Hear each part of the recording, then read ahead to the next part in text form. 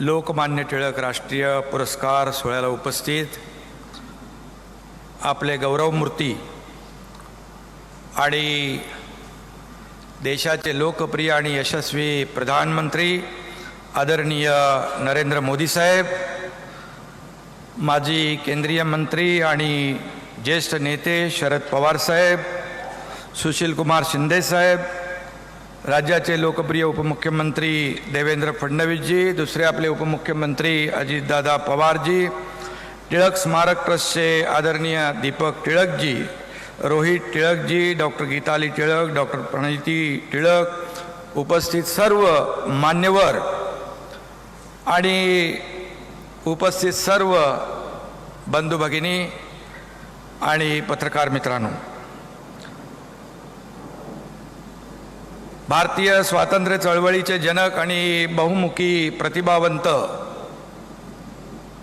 लोकमान्य बाळ गंगाधर टिळक यांना मी त्यांच्या पुण्यतिथीनिमित्त सर्वप्रथम विनम्र अभिवादन करतो.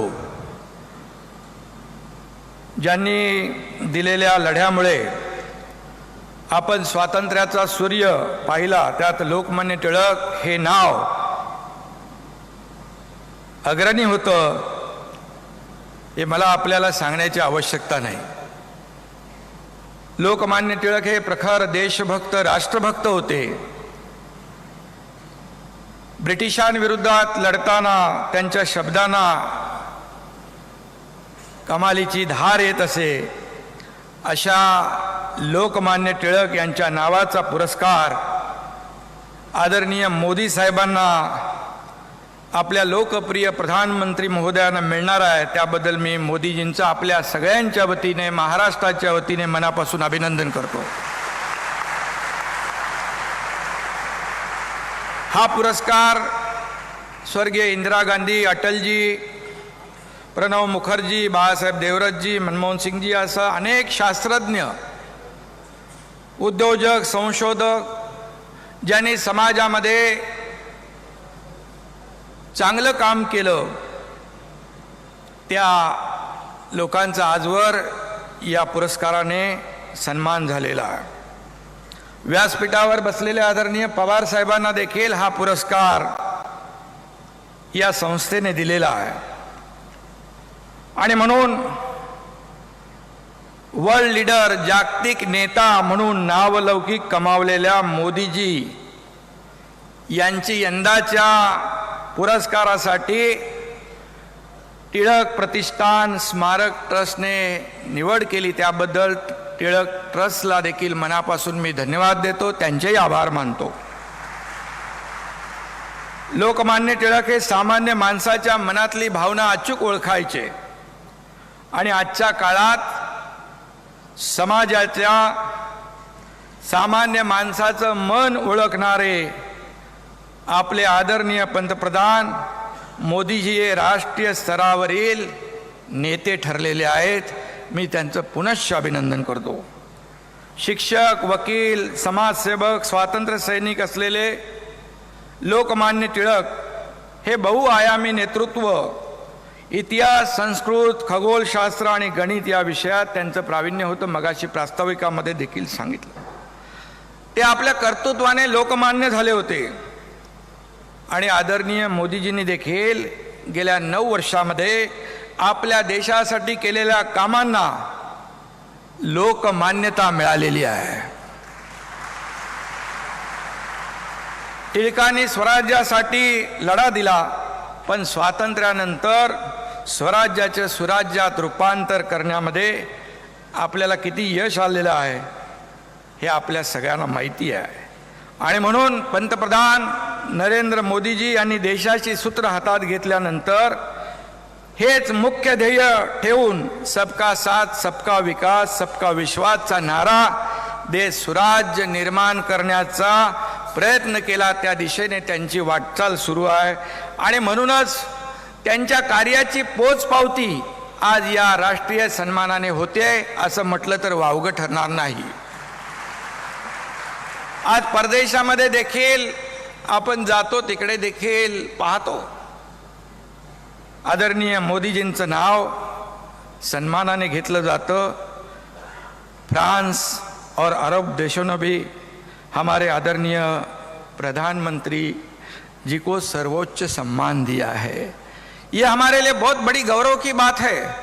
विभिन्न देशों के प्रधानमंत्री, राष्ट्रपति उनके कितना सम्मान करते हैं हमने देखा है। उनका ऑटोग्राफ लेते हैं, कोई बॉस कहते हैं, कोई उन्हें प्यार आदर से गले लगाता है, तो कोई झुककर प्रणाम करता है। अमेरिका के राष्ट्रपति जब उन्हें यू आर ग्लोबली पावरफुल कहते हैं तो हमारे देशवासियों का सीना अभिमान से, गर्व से फूल जाता है।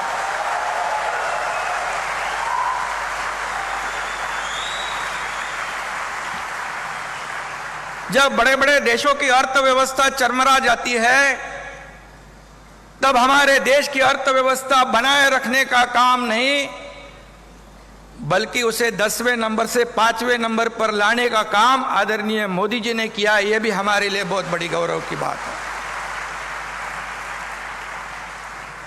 150 वर्ष ब्रिटिशांनी आपल्यावर राज्य केलं। त्यांना देशातून हद्दपार करण्यासाठी लोकमान्यांनी लढा उभा केला। त्याच ब्रिटिशांच्या अर्थव्यवस्थेला देखील भारताने आदरणीय मोदी साहेबांच्या नेतृत्वाखाली मागे टाकलंय। हा देखील आपल्यासाठी सर्वोच्च अभिमान आहे। आणि म्हणून हे आदरणीय प्रधानमंत्रीजींचं कर्तृत्व आहे आणि म्हणूनच त्यांना हा पुरस्कार या ठिकाणी मिळालाय। खरं म्हणजे या पुरस्काराचे साक्षीदार, या ऐतिहासिक सोहळ्याचे साक्षीदार होण्याची संधी आमच्यासारख्या कार्यकर्त्यांना मिळाली, हे आमचं भाग्य समजतो। आणि म्हणून लोकमान्यांनी विदेशी वस्तूंवर बहिष्कार घालण्याचं आवाहन करत स्वदेशीचा नारा दिला। आज माननीय प्रधानमंत्री मोदीजी आपल्याला आत्मनिर्भर भारत करा म्हणून असा मंत्र मोदीजींनी दिला। लोकमान्य टिळक यांच्या एका सभेत बोलताना लोकमान्य म्हणाले होते, योग्य रस्ता येण्याची वाट पाहत आपण दिवस घालवतो। आपल्याला याचा विसर पडतो की रस्ते हे वाट बघण्यासाठी नसतात तर चालण्यासाठी असतात। आणि मोदीजींनी लोकमान्य टिळकांचा हाच उपदेश आत्मसात केलाय आणि त्याचा अंमल करण्याचा, त्याची अंमलबजावणी करण्याचं काम ते या ठिकाणी करतात। त्यांनी एकदा ठरवलं की ते त्या मार्गाने जातात। मग काश्मीरमधलं 370 कलम असू द्या, राम मंदिराचा विषय असू द्या, वाराणसीचा कायापालट असू द्या,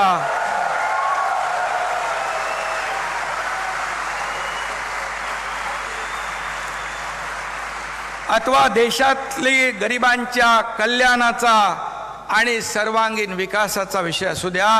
कारण आपण पाहतोय गेल्या 9 वर्षामध्ये या देशामध्ये आदरणीय मोदीजींच्या नेतृत्वाखाली शेतकरी असतील, कष्टकरी असतील, कामगार असतील, महिला भगिनी असतील, विद्यार्थी असतील, युवा असतील, सगळे लोक या सर्व क्षेत्रामध्ये त्यांना पुढे आणण्याचं, त्यांच्या जीवनामध्ये बदल घडवण्याचं काम आपल्या आदरणीय प्रधानमंत्री महोदयांनी केलेलं आहे। हे वारंवार आपण पाहतोय, अनुभवतोय आणि यापुढे देखील आपण अनुभवत राहणार आहोत, त्याचा अनुभव घेत राहणार आहोत। हे देखील आपल्यासाठी फार महत्त्वाचं आहे। आणि म्हणून लोकमान्य टिळकांना अपेक्षित असलेल्या देशाला, समाजाला आणि सामान्य नागरिकाला सामर्थ्यवान बनवण्याचं जे ध्येय लोकमान्य टिळकांनी त्यावेळेस स्वप्न पाहिलं, आज तीच वाटचाल आपण आज देशाची पाहतोय। आणि म्हणून विरोधक असतील, टीका का, आज काही राजकारणाचा विषय नाही आहे, आज खूप ऐतिहासिक सोहळा आहे। परंतु कशाची पर्वा न करता या ठिकाणी अंतिम ध्येय म्हणजे सर्वसामान्य माणसाचा जीवनामध्ये आमूलाग्र बदल, हे अंतिम ध्येय ठेवूनच मोदीजी वाटचाल करतायत। हे आपल्यासाठी खूप महत्त्वाचं आहे आणि त्यामुळेच आज जगभरातले लोक त्यांच्याकडे एक महत्त्वाचा नेता म्हणून पाहतायत। हे आपल्या भारत देशासाठी देखील, आपल्या भारतवासियांसाठी अभिमानाची बाब आहे। आणि म्हणून लोकमान्यांसारखा नेते हे राष्ट्राचे प्राण आणि त्यांच्या कल्पनेतला बलवान देश घडवणे हीच खरी श्रद्धांजली त्यांना ठरेल असं मी या ठिकाणी सांगू इच्छितो. आणि म्हणून रात्रंदिवस देशाच्या विकासाचा प्रगतीचा ध्यास घेतलेले आदरणीय प्रधानमंत्री मोदीजी त्याच बुलंद भारताचे स्वप्न प्रत्यक्षात आणण्याचा प्रयत्न करतायत. आणि म्हणूनच या पुरस्काराने त्यांना आता लोकमान्यांच्या आशीर्वादाचं बळ प्राप्त होणार आहे, ताकद प्राप्त होणार आहे, आशीर्वाद प्राप्त होणार आहेत आणि ऊर्जा प्राप्त होणार आहे. आणि म्हणून मी पुन्हा एकदा आदरणीय प्रधानमंत्री महोदयांचं मनापासून अभिनंदन करतो, मनापासून शुभेच्छा देतो आणि लोकमान्य टिळकांना देखील मी वंदन करतो. धन्यवाद. जय हिंद, जय महाराष्ट्र. देशाचे प्रधानमंत्री नरेंद्र मोदीजी, महाराष्ट्राचे राज्यपाल श्री वैस, राज्याचे मुख्यमंत्री एकनाथराव शिंदे, उपमुख्यमंत्री देवेंद्र फडणवीस आणि अजित पवार, तिलक स्वराज्य संघ एवं लोकमान्य तिलक स्मारक ट्रस्टचे अध्यक्ष डॉक्टर दीपक तिलक, ट्रस्टचे उपाध्यक्ष डॉक्टर रोहित तिलक, या ठिकाणी उपस्थित असलेले सगळे मान्यवर आणि बंधू भगिनींनो, आजचा दिवस हा लोकमान्यांचा 103 पुण्यतिथीचा आहे आणि त्याचा सोहळा या ऐतिहासिक पुणे शहरामध्ये होतो है. मैं प्रधानमंत्री जी को कहना चाहता हूँ कि देश में पुणे शहर का एक अलग महत्व है. छत्रपति शिवाजी महाराज और इनका इतिहास पूरी दुनिया जानती है. शिवाजी महाराज का जन्म इसी जिले में शिवनेरी के किले में हुआ और इसी पुणे शहर के लाल महल में उनका बचपन उन्होंने गुजारा. यहाँ उन्होंने हिंदवी स्वराज्य के निर्माण किए. या देशामध्ये अनेक राजे राजवाडे होऊन गेले. त्यांचं राज्य, त्यांचं संस्थान त्यांच्या नावाने ओळखलं जायचं.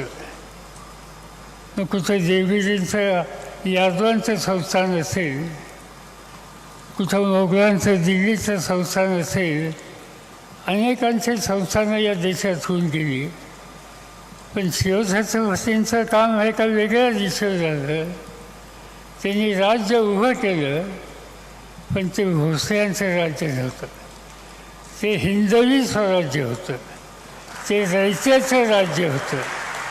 आणि ते रयतेचं राज्य प्रस्थापित करण्याच्या संबंधीचं काम या पुणे शहरामध्ये झालं. हा पुण्याचा एक गौरवशाली इतिहासाचा भाग आहे. अलीकडच्या काळामध्ये या देशानं आणि या देशाच्या जवानांना देशाचं रक्षण करण्याच्यासाठी एक प्रकारचा सर्जिकल स्ट्राईक केलेला होता. सर्जिकल स्ट्राईकची चर्चा आत्ता होते, पण लाल महालामध्ये शाहिस्तेखांनी ताबा घेण्याचा प्रयत्न केल्याच्या नंतर या देशाचा पहिला सर्जिकल स्ट्राईक हा शिवछत्रपतींच्या काळामध्ये झाला. ही गोष्ट आपण कधी विसरू शकत नाही आहे. अनेक गोष्टी या ठिकाणी सांगता येतील. आपण लोकमान्यांचं स्मरण करण्याच्यासाठी आलो. 1865 मध्ये लोकमान्यांचे वडील गंगाधर यांनी रत्नागिरी सोडली आणि पुण्यामध्ये त्यांचं आगमन झालं. पुण्यामध्ये आगमन झाल्याच्या नंतर ते नुसतं आगमन नव्हतं, ती एक प्रकारची चिंगारी होती. संपूर्ण स्वराज्य स्थापन करण्याच्या संबंधीची ती मशाल बनलेली होती. आणि त्या कालखंडामध्ये लोकमान्यांचा सुरुवातीचा काळ या पुणे शहरामध्ये गेला.